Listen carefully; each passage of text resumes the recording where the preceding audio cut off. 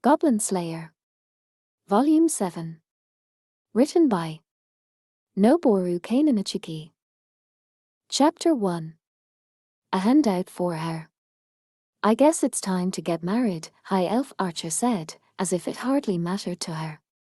Her long ears jumped as she spoke. The sunlight pouring through the window brought with it an oppressive afternoon heat. It was summer. This was not adventuring weather by anyone's standards. If there wasn't a pressing need to earn enough money to eat, nobody would have willingly gone out in the scorching heat. Being in the tavern, however, wasn't much better. Several dozen people were still wearing their gear, something they felt compelled to do given their status as adventurers. The collective body heat was stifling, hot enough to give the sunlight a run for its money. The lingering humidity left drinks tepid. People took dainty sips to make them last. No one in their right mind had any interest in moving. That was when one adventurer came bursting in, sweat dripping down her forehead and a bag at her side. "Hello, everyone." Postal delivery. This was not unusual. The delivery of urgent letters was a common form of employment for adventurers. From her place at the front desk, Guild Girl signaled several of the tavern's occupants, who came rushing up. Each letter carried its own tidings. They're foreclosing. Gimme a break already. That's because you went into debt just to buy your equipment, idiot. Har. My little sister had a kid. I'll have to go see her after one more adventure. Whoa, take that back. You know saying a line like that is a sure way to die, right? Hull, a personal summons from the capital. Awesome. This is a good. Page 1 Golden Agato https://mp4directs.com. Sign. So, another date. A trip? It's been a while. Demands for repayment, letters from home, urgent quests, and so on.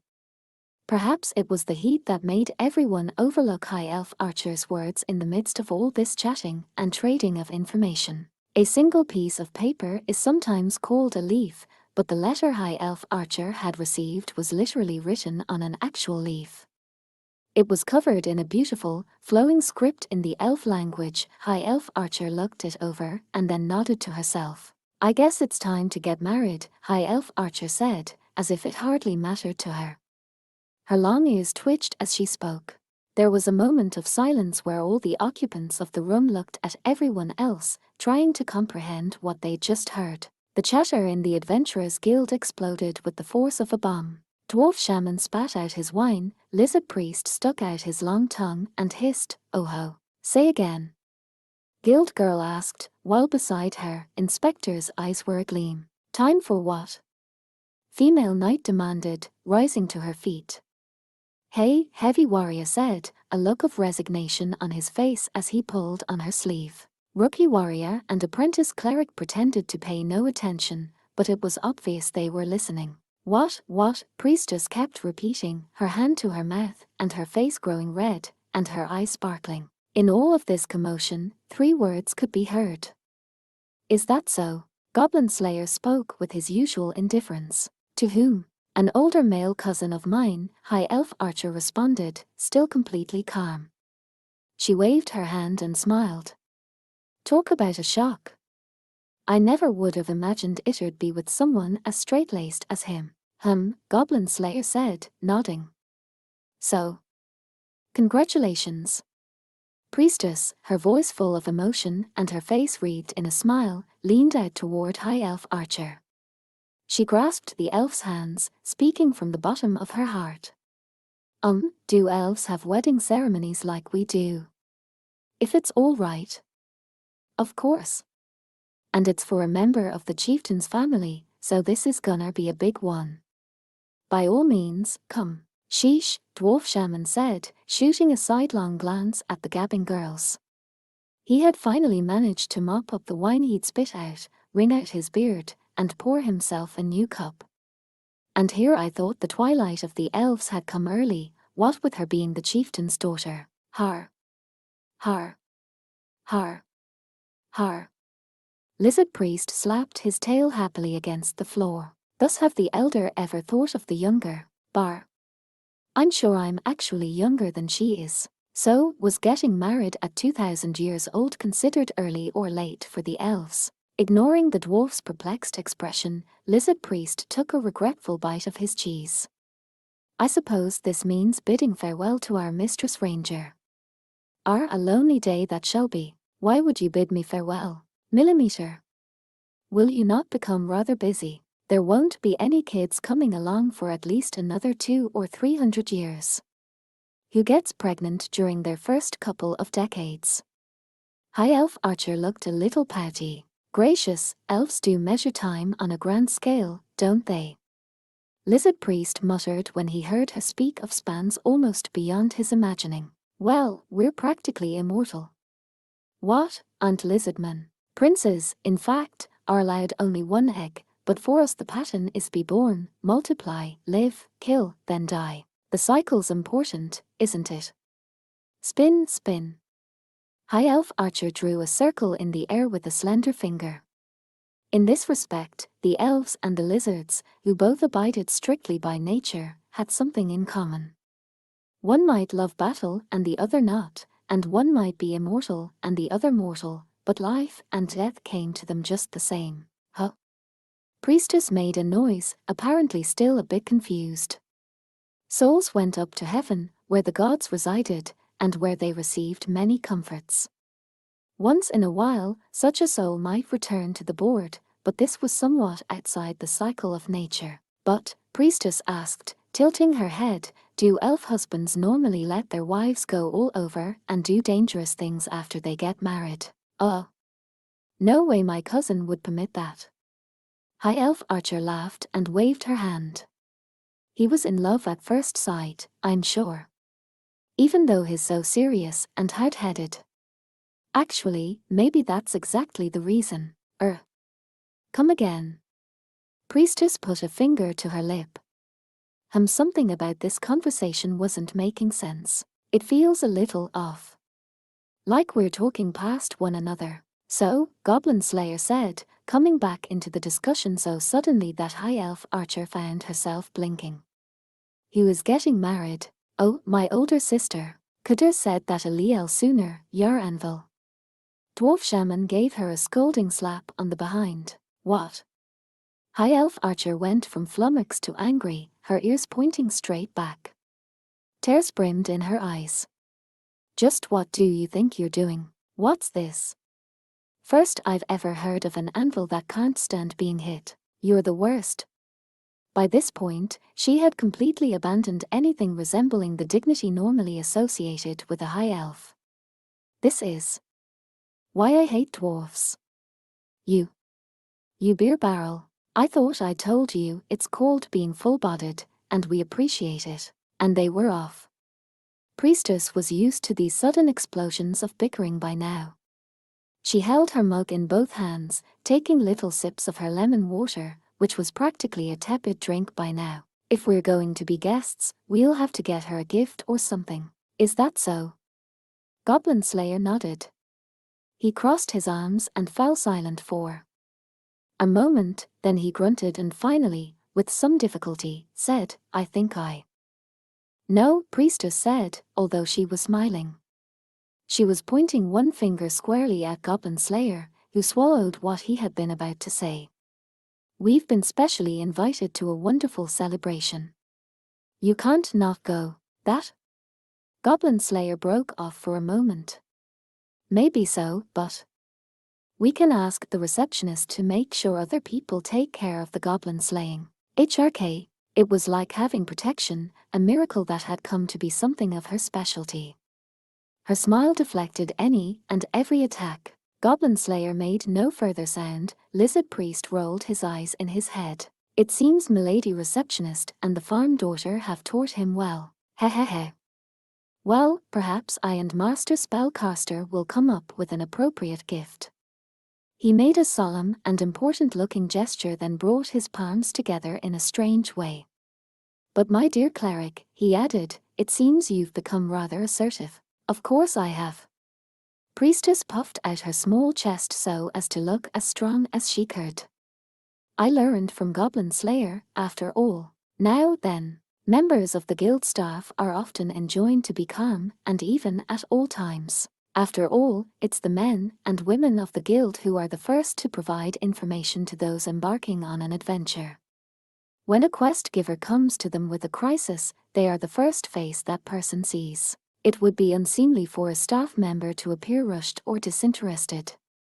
Instead, their clothes must be without a wrinkle, their shirt or blouse starched, and their makeup just so. Bedhead and yearning are, of course, totally unacceptable. The moment one becomes a civil servant, one takes on the responsibility of representing one's country. But then again, when it's hot, it's hot. Har. With a laugh, Guild Girl poured Goblin Slayer and the others cups of cold black tea. There were 1, 2, 3, 4 glasses on the desk in her little part of the reception counter. High Elf Archer and Priestess had dragged Goblin Slayer over between them. Lastly, Guild Girl set a glass down in front of herself, putting a hand to her cheek and letting out a breath. A wedding, though. How wonderful. Yeah, I'm thrilled, High Elf Archer said, nodding with a serious, knowing look. Thank goodness my sister wasn't too old for marriage. How old is she? The archer counted on her fingers, shaking her head briefly. About 8,000 or so, I guess. Guild Girl, thinking that or so could probably represent another 3 zeros, smiled dryly. Listening to elves makes you realize how silly it is to worry about your age. Another sigh. She wouldn't get anywhere rhetorically digging her own grave. Priestess offered several hems and ums. The girl had only just turned 16 and didn't seem to know how to address the older woman, even though she herself was a cleric. If nothing else, Priestess didn't think that Guild Girl's appearance gave her any reason to be worried about how old she was. But being as pretty as you are, do you really need to be concerned about it? Hee. Well, thank you very much. Guild Girl smiled at the polite question Priestess finally came up with. High Elf Archer gave a jovial wave of her hand and drained her glass in a single swig. That's right. When it comes to age, you can't compare a dragon to an elephant, or an elephant to a mouse. It just doesn't work. Elephant. Unexpectedly, Goblin Slayer's helmet tilted in confusion. What is that? You don't know about elephants? High Elf Archer's ears wiggled, pleased to have a chance to educate the warrior. She spread her arms wide as she described the mysterious creature. It has legs like pillars, a tail like a rope, ears like fans, a body like a wall, tusks like spears, a back like a throne, and a nose like a vine. Plus, it's huge. A beast? Oh, and it's colored gray. I don't understand at all, Goblin Slayer said with a grunt, then gulped down his tea. Guild Girl watched them happily, then let out a bit of a chuckle. Maybe I can show you the entry in the monster manual under elephant sometime. Now. Her gaze moved around her desk, and she flipped through some papers. You wanted me to assign those goblin quests, right? We'd like to bring our friend Goblin Slayer along, Priestess said calmly. Her smile, like a flower in bloom, never wavered. Personally, I don't particularly want to miss it.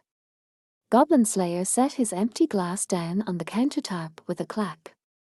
I simply do not want to leave the goblins to their own devices. Yes, obviously not, Guild Girl said with a soft smile. He was as dispassionate and decisive as ever. Some people took him for a simple obsessive, while others saw him as trustworthy and reliable. Guild Girl, needless to say, was in the latter group. From early spring into summer, the goblins are at their strongest. Perhaps it is because they are angry. Is there any season when the goblins aren't scary? High Elf Archer asked. HRM. Goblin Slayer crossed his arms and grunted. Guild Girl listened to the two of them with some pleasure. All the same, she said quietly, there isn't that much goblin slaying in summer, is there? Is that true? Priestess asked with evident surprise. Yes, Guild Girl said. At least, there aren't that many quests. Then, rather than explain further, she shuffled through her papers for no particular reason. It would be rude to speak of such inauspicious things when someone had just received a wedding invitation. Summer, to goblins, the most salient thing about this season was that it was not autumn. The crops in the fields were still young, and of course, harvest was a long way off. No matter how much the goblins might want food, there was simply not much to gain from attacking villages. So instead, they shifted their focus to travelers, wandering shepherds, and itinerant healers during the hottest time of year. What did summer mean for goblins? Spring was all well and good, but in summer, the rains got heavier, and the accursed sunlight grew ever more intense. Living in a hole became quite unpleasant. Granted, one didn't imagine goblins to be overly concerned about their living situation, but they were always angry about something. And more reasons to get angry naturally meant a greater incidence of violence. Woe to the traveler who was set upon by goblins on the road in summer. Goblins didn't have the wisdom to store up food, although even if they had, it would soon have spoiled. After they'd had their fill of making sport of their victim, they would immediately eat whatever they could of the unfortunate soul, thinking nothing of the future. Man or woman, in the end, not even the bones would remain. Sadly, it's an all too common story. Travelers losing their lives on the road, of course, was hardly a phenomenon that only occurred in summer. Goblins and non-prayers were by no means the only ones who were hungry.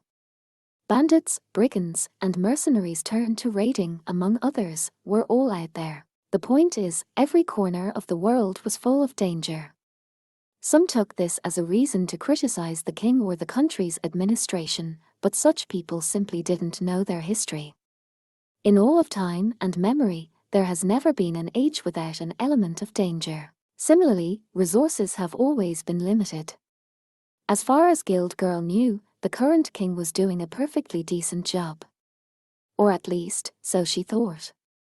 He didn't start unnecessary wars, and he had faced off with the Dark God's followers to keep the country safe. We've got peace now, as far as it goes. Even if the definition of peace was merely the lull between wars. But to repeat, resources were limited and danger was ever present.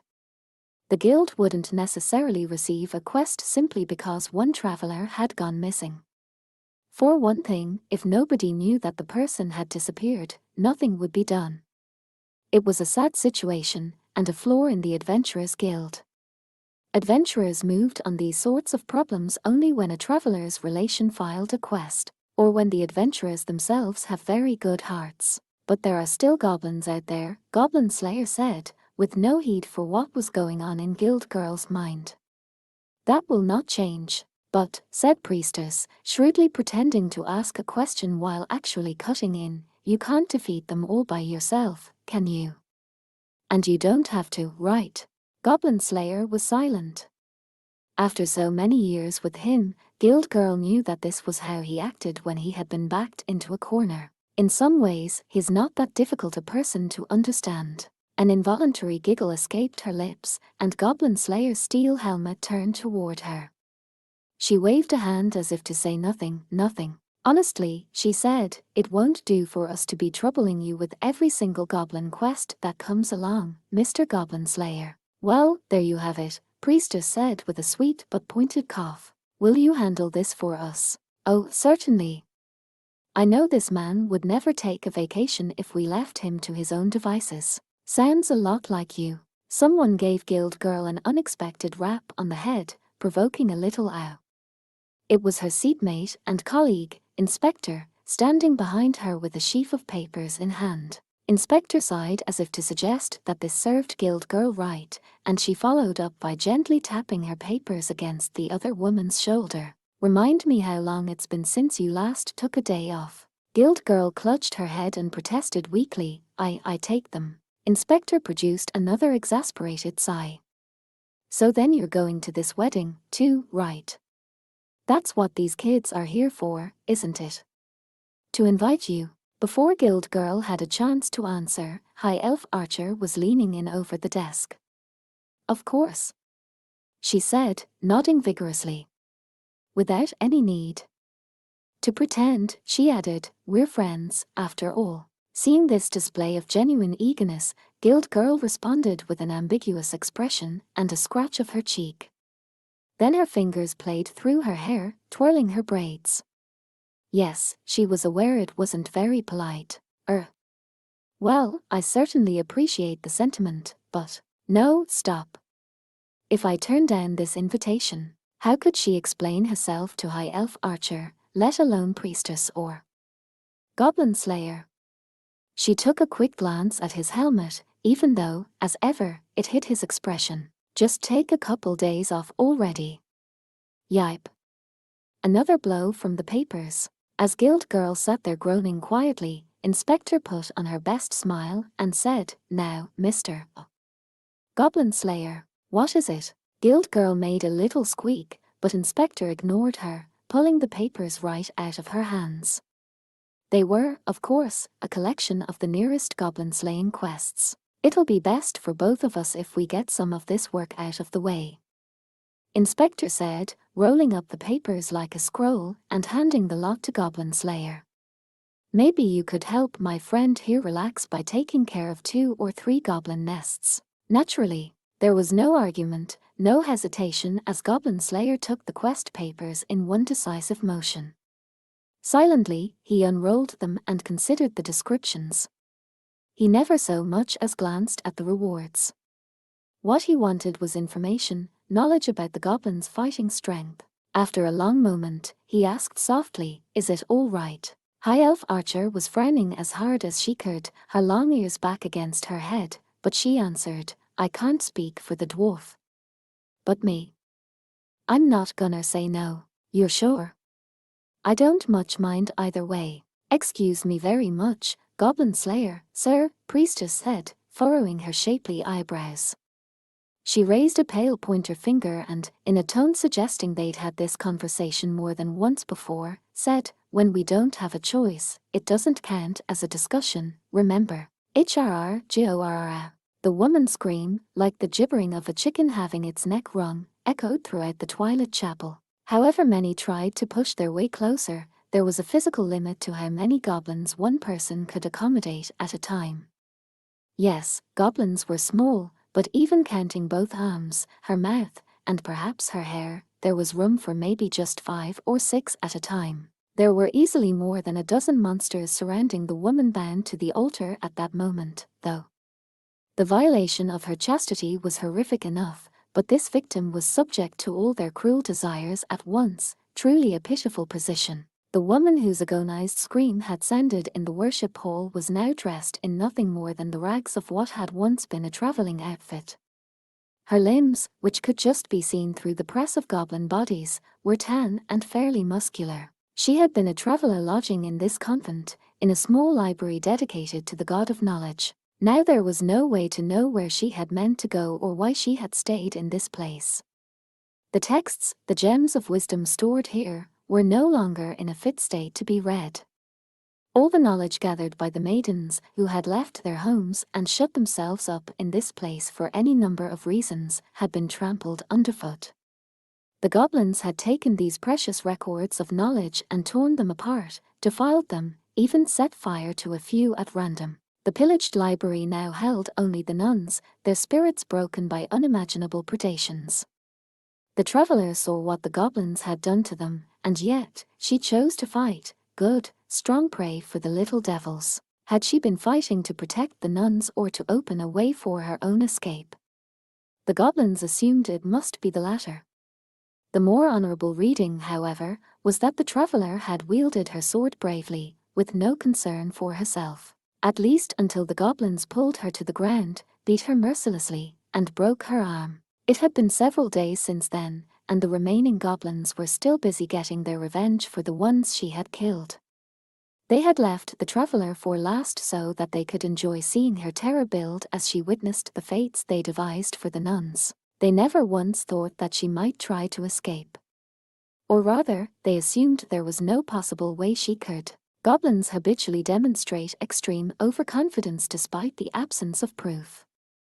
They never imagine anything they attempt might fail. And even on the off chance that anything should happen. Gorurig, ug. Agagar y base tara. It would always be because some idiot like this had gotten in their way. The goblins fully believed that everyone in this little library was a complete and utter fool. They kept this room full of incomprehensible, boring papers, and there was so little food. Humans, the goblins chuckled, did so much that made so little sense. The goblins, of course, could have never understood the meaning of the tomes held within this library. It was just off a road, standing quietly in a forest where it had been built with the conviction that while knowledge and wisdom were born of the profane world, it was important to avoid becoming sullied by that same world. Just because it was a small library didn't mean it lacked any defenses against monsters or bandits. It had stone walls, and occasionally, traveling adventurers or mercenaries would stay there. But prolonged exposure to the elements could wear away a part of a wall. And there were those times when no armed visitor was lodging with them. Was that why the goblins had targeted them? Why had they been attacked by the goblins? One could ask, but the god of knowledge was unlikely ever to lead one to an answer. Goblins were like a natural disaster, they came from nowhere at all. They had simply happened to appear here, at this moment. Rawr! The library was now a place of debauchery. And over in one corner of the god of knowledge's worship hall, a single goblin rested his chin in his hands, enjoying the sound of the woman's screams in his ears. Once they'd had their fun with her, would they keep her alive to bear their young, or immediately kill and eat her? Most likely, she would become food, the goblin thought. The other young bearers needed something to eat, and anyway, it would be boring not to kill her. Unsatisfying. Jorr! A high-pitched scream. Some impatient goblin must have applied a hatchet to her broken arm or something. Grab.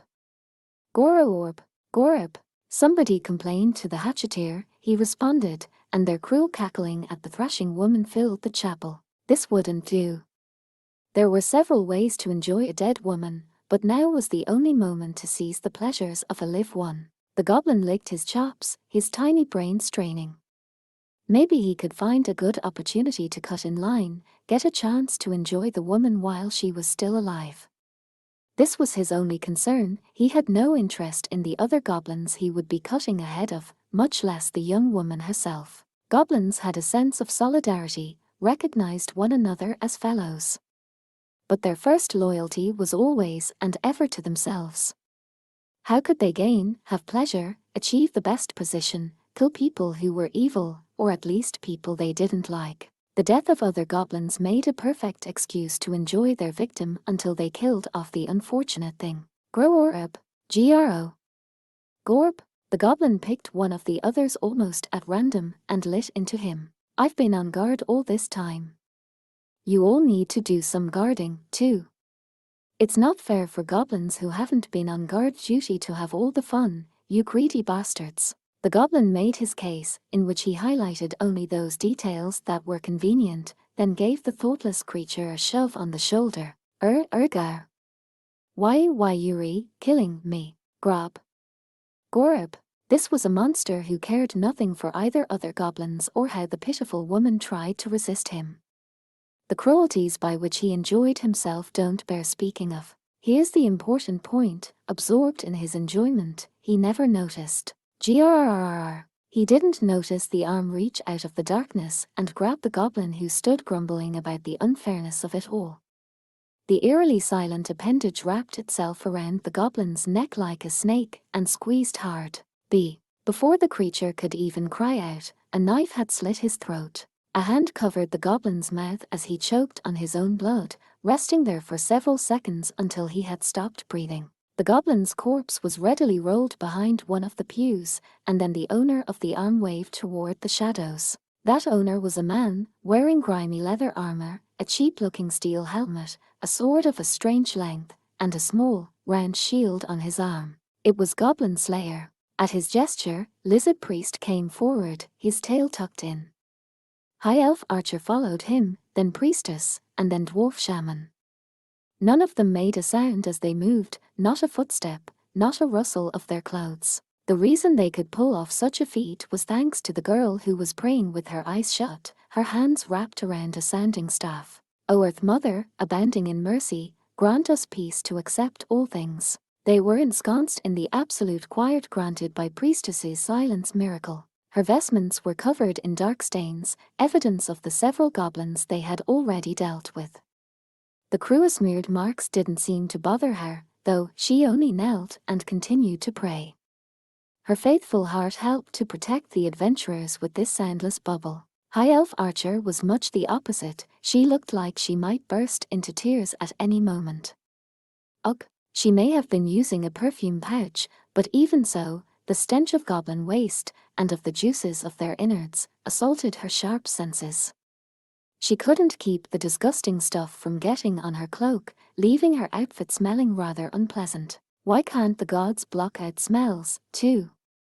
High Elf Archer looked up reproachfully at the statue standing in the worship hall. It was an image of the sage who had charted the movements of the stars. There was, of course, no answer to High Elf Archer's impertinent question. I'm here saving your followers because apparently you can't do it yourself. I'd appreciate a little gratitude. Okay, maybe that was a bit too close to sacrilege. Her ears twitched, and she set an arrow into her bow. The adventurers' party had made it to the chapel without undue difficulty.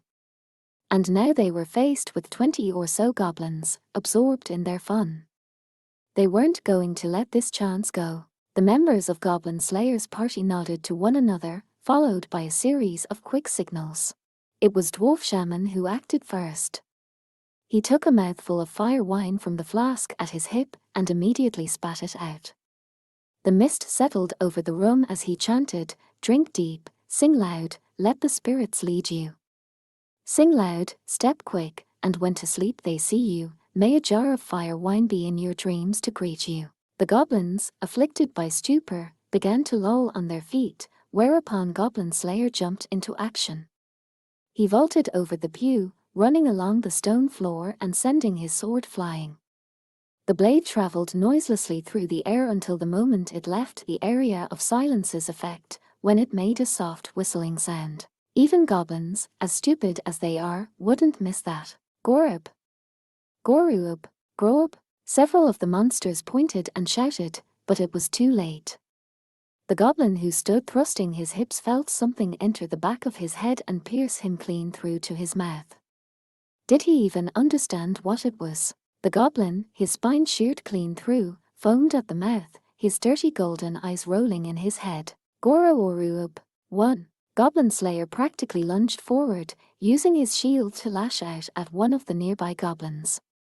In the same motion, he grabbed a sickle from the hip of the first writhing monster, using it to cut the throat of the second. 2. Using his shield to stop the blood from spattering on them, he pulled out the blade, then tossed the goblin down so it was covering the young woman. "You are alive, correct?" He glanced down at the twitching, blood-covered woman beneath the corpse. He knew how the goblins worked.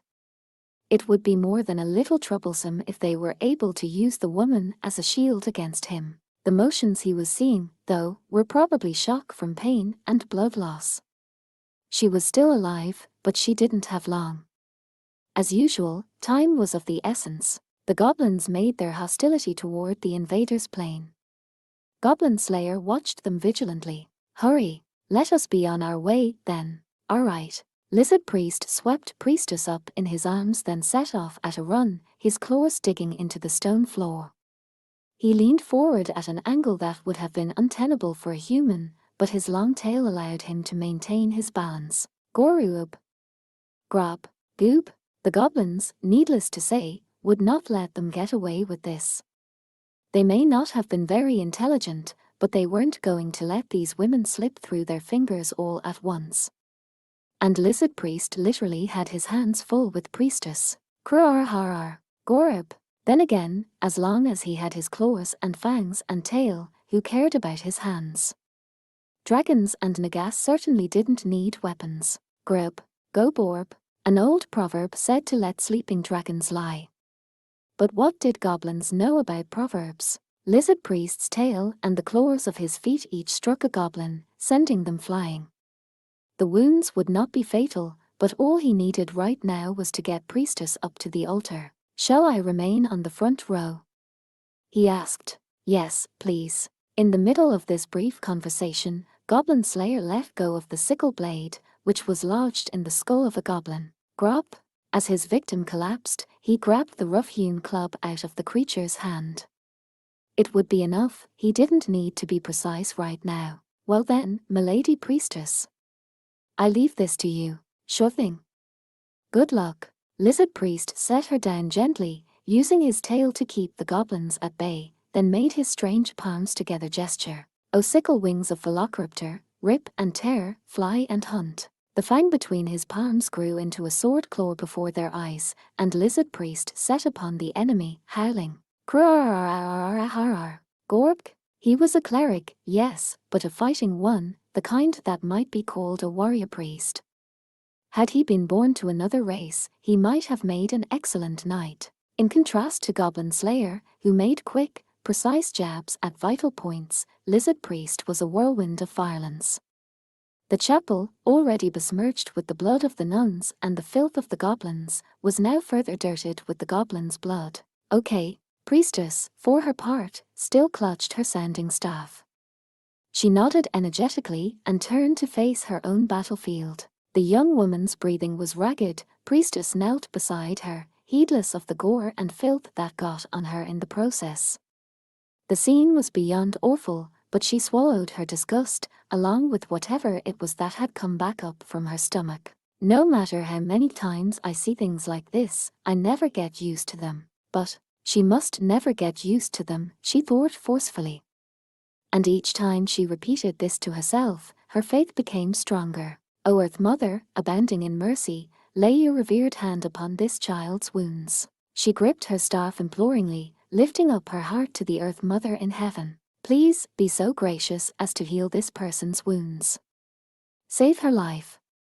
Save her. And so at long last, she had the chance to cast Minor Heal again. And the munificent Earth Mother responded to the heartfelt prayer of her dear follower. A pale light bubbled forth, leaping toward the young woman's injuries, starting to staunch the flow of blood. The miracle would not, of course, restore lost vitality. Even a divine miracle could not easily undo wounds of the body and mind. But neither would she die immediately. Goblin Slayer, sir, we're okay over here. Good. Without pausing, Goblin Slayer reached into the item pouch on his hip, pulled out an egg, and flung it at the goblins. Goroborub, Guraborub. An unpleasant smoke sprang up, prompting a chorus of shouts. Several of those goblins who had been enjoying torturing the woman now thrashed about in pain, tears in their little eyes. The egg had been a shell filled with Goblin Slayer's homemade tear gas. He hadn't been able to use it at first for fear that the gas might get into the wounds of the hostage girl, but that was no longer a concern. 8-9. He tossed his club at one goblin, then brought down another with a rusty sword he had stolen. He slashed the creature's throat, not caring whether he destroyed the weapon in the process. There was a whistling from the monster's windpipe, along with a geyser of blood, and then the goblins collapsed one on top of the other. GBBB. Gorbk. Gubk. Half the goblin number had been annihilated in the space of a moment, and now the monsters were afraid. As scared as they were, though, they hated to let their hard-won prey escape. Not to mention the ugly part of their minds that longed to add the new young woman and the elf girl to their collection. However, it was difficult to get past the human warrior and the lizard monk out in front. Well, then, Grub, Gorb. Immediately, several of the goblins dropped their weapons and charged blindly. Were they trying to form up, or run away, or... No, they are going for shields. Goblin Slayer sized up the situation in an instant and issued orders. The fleeing creatures were heading for drop lids on the ground. They were going to bring up the women they had captured to bear their young. They would use them as meat shields. I hate that about goblins. If they think I'm just gonna stand here, har. The creatures suddenly found arrows protruding from their hips. From the shadow of the pews, High Elf Archer had let loose a merciless hail of arrows. Grob. Grub. Gorb. 3 shots without a moment's pause. 3 goblins fell to the ground, screeching. It was easy to aim for the head, but there was always the possibility of a fumble. At the moment, immobilizing the monsters was more important. They could be dealt with after that.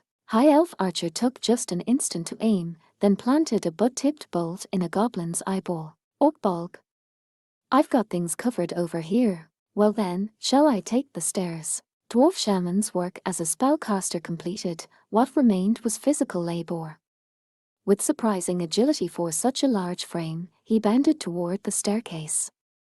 He drew his hand axe almost faster than the eye could see and assumed a fighting stance. He was clearly no amateur. Gorub, Gorob. This was where the goblin advance would stop. The creatures had originally gotten in through a crack in the paltry defensive wall, but now they were the ones who were surrounded. Just like many new adventurers, the goblins had never imagined this might happen. They believed that it was theirs to kill, and not to be killed.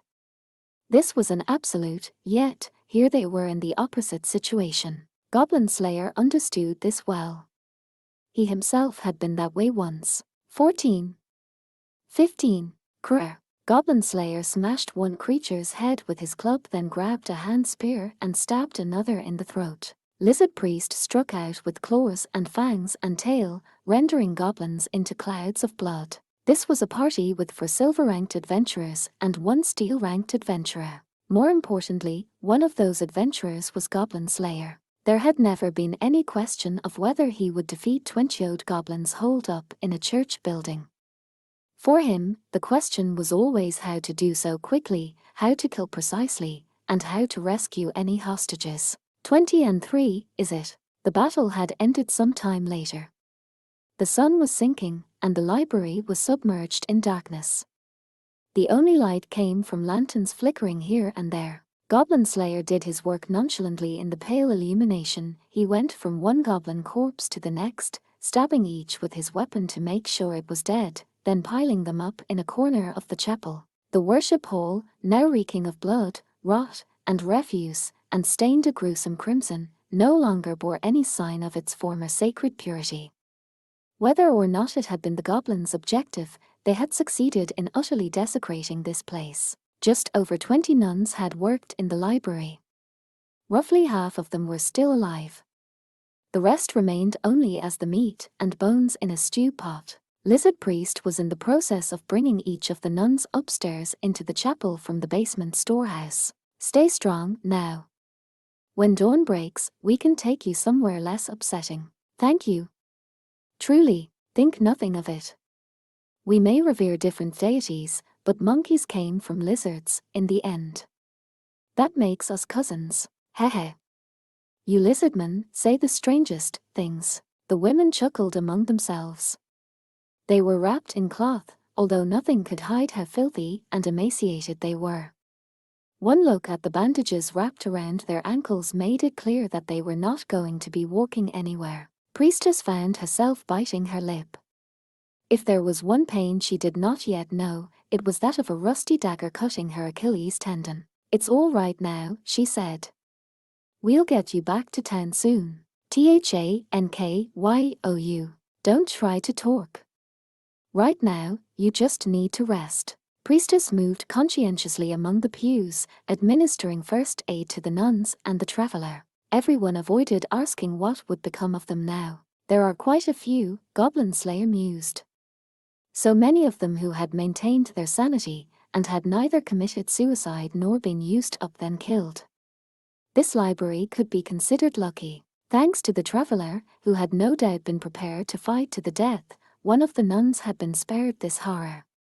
She had been sent to another temple with a message and on her return discovered what was going on. She had gone back up the road to file a quest at the Adventurers Guild, but it had taken several days for adventurers to be dispatched. It was thanks to the traveler that Goblin Slayer and his party had made it here. The hours she had bought with her blood gave them the time they needed to arrive. If the traveler had decided instead to abandon the temple, or to throw down her weapon after only a token resistance, the nun would never have been able to escape, and the situation probably would not have been discovered until things were far worse. 23, then, he murmured as if he himself almost didn't believe it. Then he tossed aside his bloody spear. It rolled noisily over to a corner of the chapel where there rested a pot with what remained of the food. In place of the spear, he took up a sword from a convenient goblin corpse, putting it in the scabbard at his hip. It was only after doing all this that Goblin Slayer sat down in one of the pews. If it had not been for the books and the hostages, it would have been quicker to set fire to the place. He sighed deeply. HMPH. What a thing to say, priestess chided, pattering over to him. He looked at her without moving his helmet. She must have finished providing first aid. Her blood-spattered cheek softened, and then she managed a full-faced smile. She was trying not to show what must have been considerable fatigue from using 2 miracles. You want her to get angry at you again. No fire. She'll say. Priestess put her pointer fingers up by her head and flicked them up and down. She was trying to joke, maybe forcing herself to. Goblin Slayer didn't know one way or the other. The shadows cast by the thin candlelight, combined with the visor of his helmet, kept him from reading the subtleties of her expression. Finally, he simply said, "Indeed," and then closed his eyes. He didn't intend to rest for very long, of course. He steadied his breathing, relaxed his awareness just for an instant, and then focused it again. After all, there were still goblins around. Perhaps not here, but somewhere. There was nowhere he could let down his guard. It took some work, though. Well, that. Priestess's eyes flitted here and there as she tried to pick her words. Happens sometimes, I think. I see. Even the gods aren't all-powerful. Then, almost hesitantly, she sat down next to Goblin Slayer. She was close enough that he might have felt the heat from her body if he hadn't been wearing his armor. Goblin Slayer's eyes widened ever so slightly at the faint sound of breath he could detect past his metal helmet. "How is the traveler girl?" he asked. "Asleep, finally. She's okay in the short term. But she doesn't have enough blood. Tomorrow, then." Priestess immediately grasped what Goblin Slayer meant by this brief response. They would act the next day. In other words, they would spend the night here. They certainly couldn't ask the rescued women to walk. They would need a carriage or cart of some sort. Moreover, moving this many people at night would be dangerous. Especially without a plan. Make sure you rest a bit in the meantime, right? Priestess nodded. Her eyes drifted shut. She entertained no notion that she might actually sleep, but just closing her eyes was enough to relax a little. Goblin Slayer had been willing to take on a bit of the weight on her shoulders, but she heard Lizard Priest's footsteps approaching softly. He looked around somberly, then continued in a quiet voice, "I feel the little devils have been rather more clever of late." "You think so? It's only a feeling, but..." And then he went on quickly, with the special excitement that lizardmen seem to have for matters of battle. "Ever since the Goblin Paladin, I have noticed it." "I agree," Goblin Slayer said with a nod. "Perhaps they've gotten smarter. Although," he added, "he had labored to kill them precisely so that they might not learn. Or perhaps my enemies to this point have been only puppets. No." He dismissed the notion with a shake of his head. In some cases, one could chop off the head to destroy the body, but this was nothing nearly so simple. Was that not a lesson he had learned fully a decade ago? "We will need some new plans ourselves. For the little monsters wouldn't know the value of a gem if it hit them in the eye." Dwarf Shaman bustled up, carrying an armful of cargo. The copious dust around him indicated that he must have been in the storehouse or somewhere similar. None of them, of course, would stoop so low as to steal from these nuns. The point was to make sure everything was safe. All the same, Lizard Priest rolled his eyes in his head with great interest. "Were any of the texts safe?" he asked. "Just the ones they didn't take for trash," Dwarf Shaman replied. There was a clatter as he piled several objects onto the pew, stone tablets, no, perhaps clay. Such items were not as convenient as paper, but they were proof that records from the Age of the Gods and the Elder Days still existed. "I doubt they could tell these from flagstones," Lizard Priest said, brushing the surface of one of the tablets gently so as not to scratch it with his claws. The form of the letters appeared quite old, even Lizard Priest could not read them. The assiduously non-geometric characters formed patterns that threatened to make the reader dizzy. In our ignorance of what they say, perhaps we are not so different from the goblins. But let us be grateful that something survived. We'll have to figure out exactly what they are when we have a chance. But that can wait, yes. Goblin Slayer nodded. How are things outside? Longears is having a look around. She's got good night vision and a ranger's agility. If there's any left, she'll find them. The dwarf pulled out his wine jug. Goblin Slayer accepted it and took a swig, drinking lustily through the visor of his helmet. The spirits burned on the way down, calling his attention to how his focus had been dulled by fatigue. You've both used spells. You need rest, and so do you. But maybe that's a luxury we can't afford. We need to make sure we have enough for a front row. Then the dwarf took a mouthful of wine himself, before passing the jug to Lizard Priest. Oh ho, the lizard said, squinting, and took a big mouthful of wine. His long tongue slid out to lick the droplets from his jaws, and he coughed once. It makes one wish for cheese. When we get back, Dwarf Shaman reassured his companion, pounding him on the shoulder. Can't let ourselves get distracted just 'cause we're heading home. True, but I think we're okay for tonight. The clear voice came from the direction of the door, which creaked as it opened. A silhouette slipped into the chapel, like a cat making its way along the road at night. The woman shook slightly, her long ears twitching. It was High Elf Archer. I did a circuit of the area, but I didn't see any footprints from any escaped goblins. You're sure? Goblin Slayer asked softly, to which she replied, I'm sure. High Elf Archer frowned and scratched at some dried blood on her cheek. So as far as heading home, if we don't spot any goblins between here and there, I think this is the end of it. I see. Goblin Slayer nodded shortly, looking at the pile of corpses in the corner of the chapel. 20-odd goblins. 20-odd goblins they had dealt with and killed themselves. Then there were the injured women sleeping on the pews. Is this the end of it? I see. He nodded again and shifted slightly. Then he gently shook Priestess, who was leaning against him. Wake up. She's back. Millimeter. Oh, all right. Priestess sat up with a start. She gave a few quick shakes of her head and rubbed her eyes, forcing her drifting attention to focus. Okay, I'll clean up, then. We're all. The words very dirty never quite reached her lips, she swallowed them instead. She grabbed her sounding staff and began walking among the women sleeping on the pews, High Elf Archer following her. Priestess emerged into the center of the room, and there she knelt, clutching her staff in both hands. A posture of prayer. O Earth Mother, abounding in mercy, please, by your revered hand, cleanse us of our corruption. Moved by the devotion of her precious follower, an unseen hand reached down from heaven to touch the girl's skin. There was a pleasant feeling accompanied by a sensation of touch as soft as that of a feather. And behold, before their very eyes, the filth sloughed off the girls and flew away, all the dirt, the streaks of blood, the gore stuck to their clothes. Somehow, their faces seemed to relax, transforming to show expressions of repose. Millimeter, High Elf Archer said, squinting like a cat. She opened her arms wide. That's really something. It's almost like they were washed with water. Is that the newest miracle you got? She would have to apologize to the gods for her earlier complaints. Yes, Priestess replied with a hint of happiness.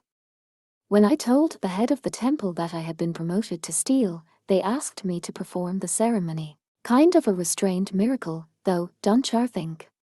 Didn't they have anything flashier? I had to go with what I needed, Priestess murmured, averting her eyes. Our High Elf Archer frowned, understanding. In general, it was said to be the gods who decided what miracle a supplicant would receive, but sometimes a fervent wish could gain one a particular ability. This was the Purify miracle.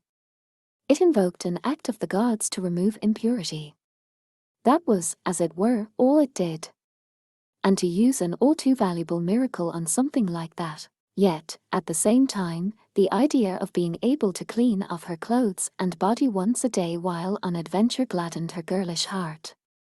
In addition, the miracle could also purify water or air to a certain extent, so it couldn't hurt to have around. There was also the issue that to measure the worth of divine intervention merely in terms of how much it benefited the user was the worst kind of sacrilege. Priestess put a hand to her small chest and took a deep breath. Her eyelids fluttered and she bit her lip. I've become used to it, haven't I? After all the talk of weddings, they came here and saw what these goblins had done, what an awful state they had left these young women in.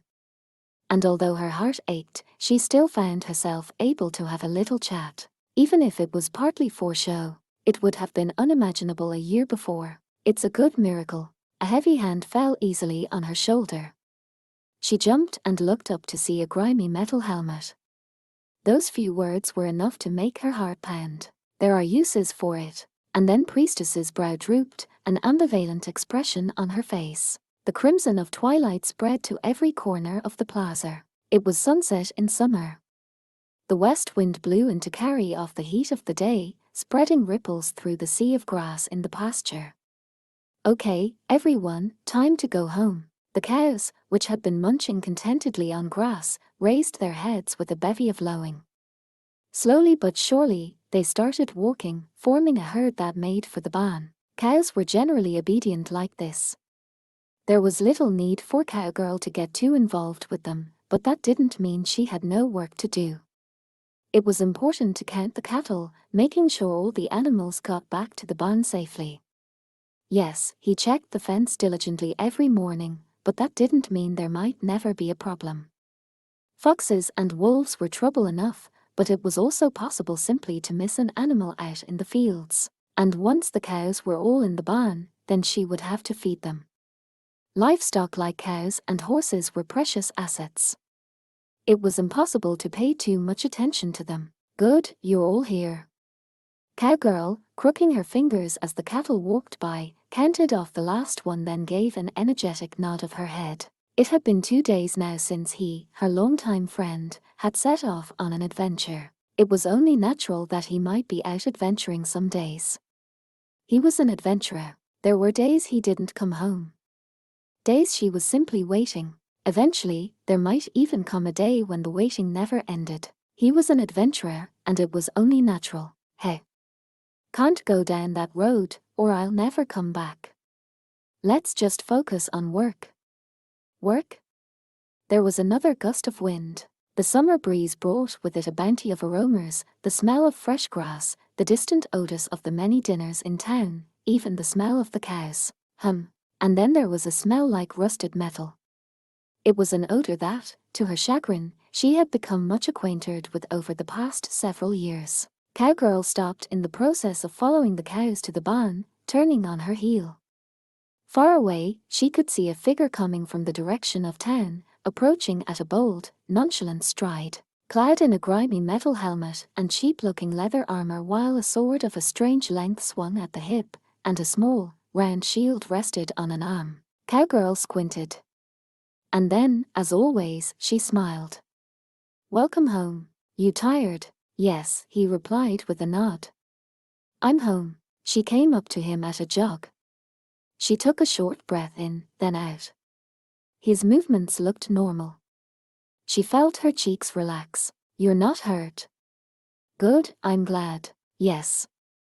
He nodded assiduously, then started walking again. He had slowed somewhat from earlier.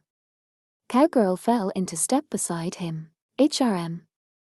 Her face pinched slightly. If she could smell him, could he smell her sweating? She took a little sniff of her sleeve, but she couldn't tell. I guess it's a little late for that." "Hey, what do adventurers do about dirt and stuff, anyway? We change when we can. Wipe our bodies. Some even use spells or miracles. Sometimes body odor can alert goblins to your presence. It's foolish to be upwind of them. I guess that makes sense." Cowgirl nodded, then swooped around to stand on his other side. "What is it?" he asked, but she simply waved the question away and said, "Don't worry about it." "Do you want dinner tonight? Or did you eat already?" "No." "Okay, I'll cook for you, then." "Stew okay?" "Yes." Then the helmet nodded gently up and down. The soft voice, too, sounded more light-hearted than usual. That alone was enough to make Cowgirl glad she had taken the time to prepare this meal. Look at me. I'm so easy. Well, she didn't exactly feel bad about it. Things were fine this way. You must be tired though, huh? There was no answer. He still had the bad habit of clamming up when he didn't have a good response. Cowgirl giggled a little and leaned forward, as if she might be able to see inside the helmet from underneath. From the other side of the steel visor, she couldn't see his expression, but she had a pretty good idea what it was. Rough time. There are no easy jobs. True enough. Their shadows stretched out in the summer twilight. The cows were back in the barn. All that was left was to go home. They had walked the path home together so often since they were little. How many times did this make it now? She didn't feel that much had changed since the old days, although his shadow was now a little longer than hers. By the way, She kept her eyes on their silhouettes as she answered. She changed her stride a little bit, trying to get their shadows to overlap, not for any special reason. It was just something she suddenly remembered doing as children. It seems there is a wedding. Wedding? Well, now. She found she couldn't help glancing at him. He spoke the word as if it were unfamiliar to him, like it came from a foreign language. Wedding. A wedding. To join together with someone. To spend your lives together. A wedding, huh? And were you invited? She said quietly. Yes, he replied with his usual brevity. My. And then he paused for a moment. In my party, there is an elf. Oh, Cowgirl said, squinting. The cheerful, upbeat ranger girl. Her older sister and cousin, it seems. That's nice. I was told to invite you as well. Are you sure? That is not for me to decide. Cowgirl grunted. There was the farm. There was work. Could she really leave it all behind for days on end? Summer was a busy time. So was autumn. So were spring and winter. All year long, she had to worry about the weather and the crops and the animals. But then. Oh yes, but then. An elf wedding. The phrase resonated within the deepest reaches of her heart. She had dreamed of such things when she was little, all the while certain she would never see one, the fairies dancing around, clothes more beautiful than anything she had ever seen, and music such as she had never heard. The bride and groom resplendent. She had heard of such things in bedtime stories but had always assumed they were nothing more than that. What's more, she had never been away very long from either her hometown, now gone, or the farm where she currently lived. It seemed like a desperately long time since she had imagined going anywhere. I wonder. Is it really okay? She murmured, as if it might be a genuinely bad thing. I will speak to your uncle. Okay. Perhaps the blunt kindness in his tone was a response to her own vague mumbling. That had to be it, she decided. I'm sure it is. I like that better. She moved ever so slightly, so that their shadows stopped overlapping. So that only the hands of their silhouettes seemed to be intertwined as the dark figures stretched out over the red field. A marriage, huh? They were almost back to the house. It was a short distance to walk together. Enough to share what they thought. To share a few words. Do you ever think about that sort of thing? He was silent for a moment. His usual behavior when he didn't know the right thing to say. It is difficult. Maybe so, she murmured, spinning around on her heel. She started walking backward, hands clasped behind her. In that case, she continued, looking toward him, what about, when we were little? You promised to marry me when we grew up.